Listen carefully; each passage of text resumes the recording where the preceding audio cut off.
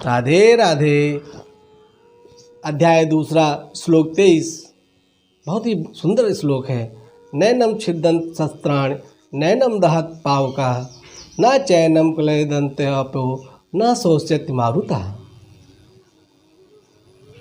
यहाँ पर भगवान अर्जुन को भिन्न भिन्न प्रकार के उदाहरणों से उसे आत्मा के बारे में समझा रहे हैं। वह कहते हैं कि यह आत्मा ना तो कभी किसी शस्त्र द्वारा खंडित की जा सकती है, न अग्नि द्वारा इसे जलाया जा सकता है, न जल द्वारा इसे भिगोया जा सकता है अर्जुन, और इस आत्मा को वायु द्वारा सुखाया भी नहीं जा सकता।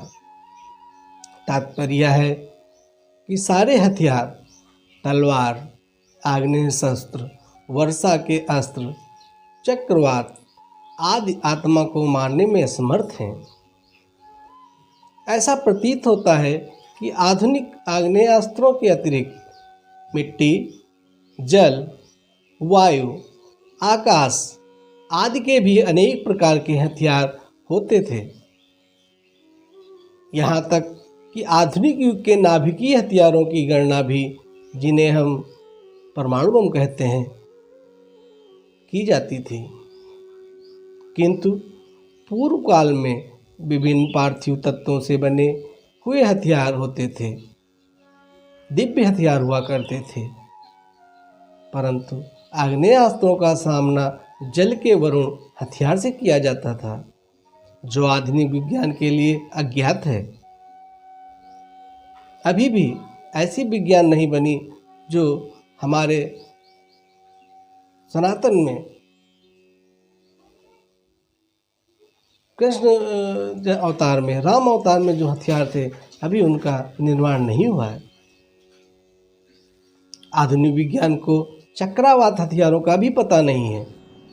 जो भी हो, आत्मा को ना तो कभी खंड खंड किया जा सकता है, न किन्हीं वैज्ञानिक हथियारों से उसका संहार किया जा सकता है, चाहे उनकी संख्या कितनी हो। आप इन हथियारों के द्वारा इस अणुरूपी आत्मा को विनष्ट नहीं कर सकते। इस प्रकार भगवान कहते हैं, मायावादी इसकी व्याख्या नहीं कर सकते। जीव किस प्रकार अपने अज्ञान के कारण उत्पन्न हुआ और तत्पश्चात माया की शक्ति से आवृत्त हो गया है। न ही आदि परमात्मा से जीवों का विलग कर पाना संभव है। प्रत्युक्त सारे जीव परमात्मा से विलग हुए अंश हैं। चूँकि वे सनातन अणु आत्मा हैं, अतः माया द्वारा आवृत्त होने की उनकी प्रवृत्ति स्वाभाविक है,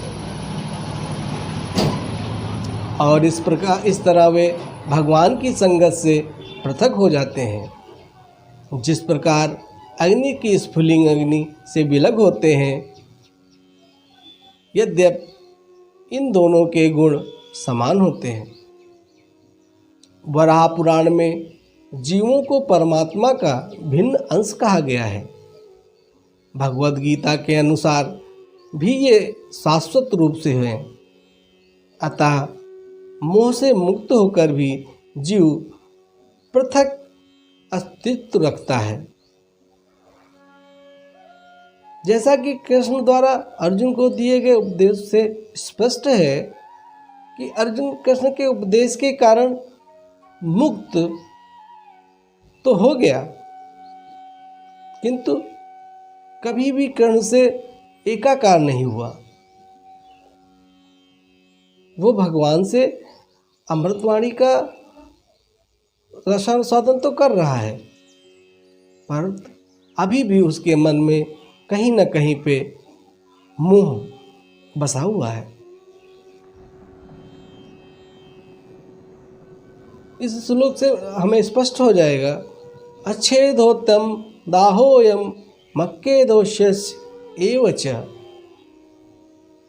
नित्य सर्वतः स्थारुचल्योम सनातना।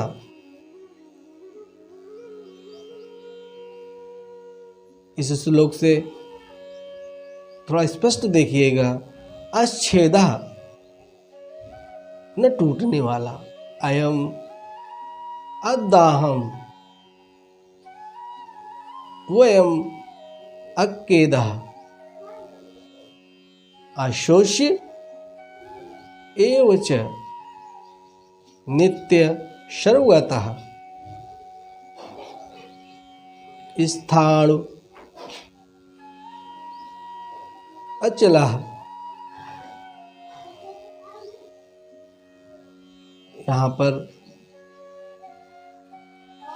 इस श्लोक में स्पष्ट रूप से आत्मा के बारे में व्याख्या की गई है। आत्मा अखंडनीय है, अघुलनशील है। इसे न तो जलाया जा सकता है, न सुखाया जा सकता है।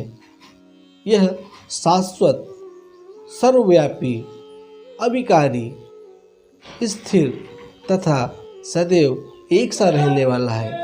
इस प्रकार इस श्लोक 24 में आत्मा के बारे में स्पष्ट रूप से विवरण दिया जाता है। तात्पर्य यह है कि अणु आत्मा के इतने सारे गुण यही सिद्ध करते हैं कि आत्मा पूर्ण आत्मा का अणुअंश है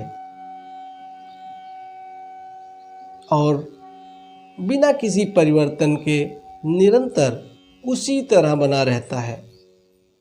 इस प्रसंग में अद्वैतवाद को व्यक्त करना कठिन है, क्योंकि अणु आत्मा कभी भी परमात्मा के साथ मिलकर एक नहीं हो सकती।